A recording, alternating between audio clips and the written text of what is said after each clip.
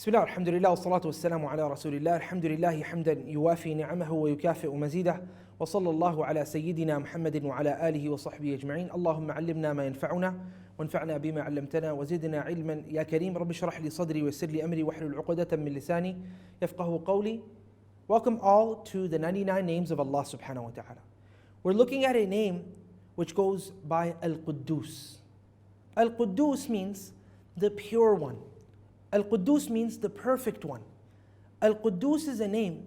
In order for us to understand this name, we should understand another word that is similar but not the same as Al-Quddus. And that is the word At-Tasbih. Every single time we do At-Tasbih, every single time we say Subhanallah, Subhana Rabbi al-A'la, Subhana Rabbi al-Azim, Subhanak Allahumma wa bihamdik. Whenever we're using the word Subhan and we are referring to Allah Subhanahu Wa Ta'ala, then we are describing the perfection of Allah Subhanahu Wa Ta'ala. What does the word Subhan mean? Sabaha means to swim.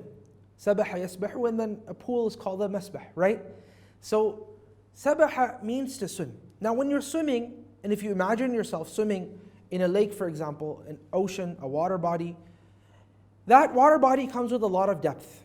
You can keep going deeper, all the way to the darknesses of the ocean, right at the waterbed. But the person that's swimming, he is not at the bottom. She's not at the bottom. They're normally right at the topmost part of that ocean. And such is the example of Allah Subhanahu Wa Ta'ala.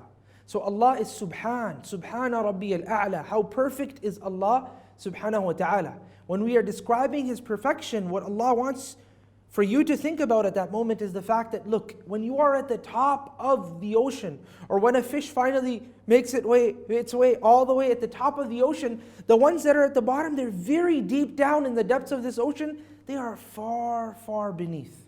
And they are far, far below. It's as if up top is a different league, and Allah Subhanahu Wa Ta'ala is up top. It's as if up top is a whole different league, and below, all the way down in the deep depths of this ocean, is a whole different area. So the difference between us and Allah Subhanahu Wa Ta'ala is the difference that we notice as we are swimming in the ocean. Far beneath the ocean, in the deep depths of the water, lie a lot of different creatures, but those that are above, they are far, far above. Allah Subhanahu Wa Ta'ala's league is a whole another league. Allah is Al-Quddus. Allah is the ever perfect. Allah Subhanahu Wa Ta'ala is the ever pure. Allah Subhanahu Wa Ta'ala is so pure, so perfect, that they say Allah is not only perfect from imperfections, Allah Subhanahu Wa Ta'ala is even more perfect from what we think in our minds to be perfections. You see, sometimes we think of our ears as perfection, our hair as perfection. We don't think of Allah Subhanahu Wa Ta'ala in these things, except the descriptions that we have of Allah Subhanahu Wa Ta'ala by Allah Subhanahu Wa Ta'ala Himself. So what we know to be perfection in this world might actually be imperfection for Allah Subhanahu Wa Ta'ala. So we don't describe Him in that fashion, saying that He has the perfection of the creation. No, Allah is above even the perfection of the creation. This is the purity. This is the perfection of Allah Subhanahu Wa Ta'ala. Subhanallah. Now if Allah Subhanahu Wa Ta'ala's perfection is such, what then are we supposed to take from this perfection? What we are supposed to first and foremost take from this perfection is that we are imperfect. And we as human beings have a tendency of looking at ourselves and aspects of what we believe to be perfection and dwelling on these aspects of our own personal perfections. And then we end up disdaining other human beings who we feel don't have that same sort of perfection. But when we think about the fact that Allah is above all, Allah's perfection is perfect and Allah's purity is ever pure, then we realize that everything below Allah Subhanahu Wa Ta'ala will always be susceptible to imperfections. The Prophet ﷺ, how perfect was he? وَأَحْسَنُ مِنْكَ لَمْ تَرَ قَطُّ عَيْنِي وَأَجْمَلُ مِنْكَ لَمْ تَلِدِ النِّسَاءُ خُلِقَتَ مُبَرَّأً مِنْ كُلِّ عَيْبٍ كَأَنَّكَ قَدْ خُلِقَتَ كَمَا تَشَاءُ. As Hassan ibn Thabit, the poet of Rasulullah ﷺ, said, more beautiful than you, more perfect than you. He's talking about his perfection. More perfect than you, my eyes have never seen. More beautiful than you, women have never born. You have been created free of all defects. It's as if you've been created just as you yourself wanted to be created. This is the perfection of Rasulullah. But Allah shows us that even Rasulullah sallallahu alaihi wasallam, he had a scar on his face in the battle of Uhud. Even Rasulullah sallallahu alaihi wasallam had his teeth broken in the battle of Uhud as well. Why?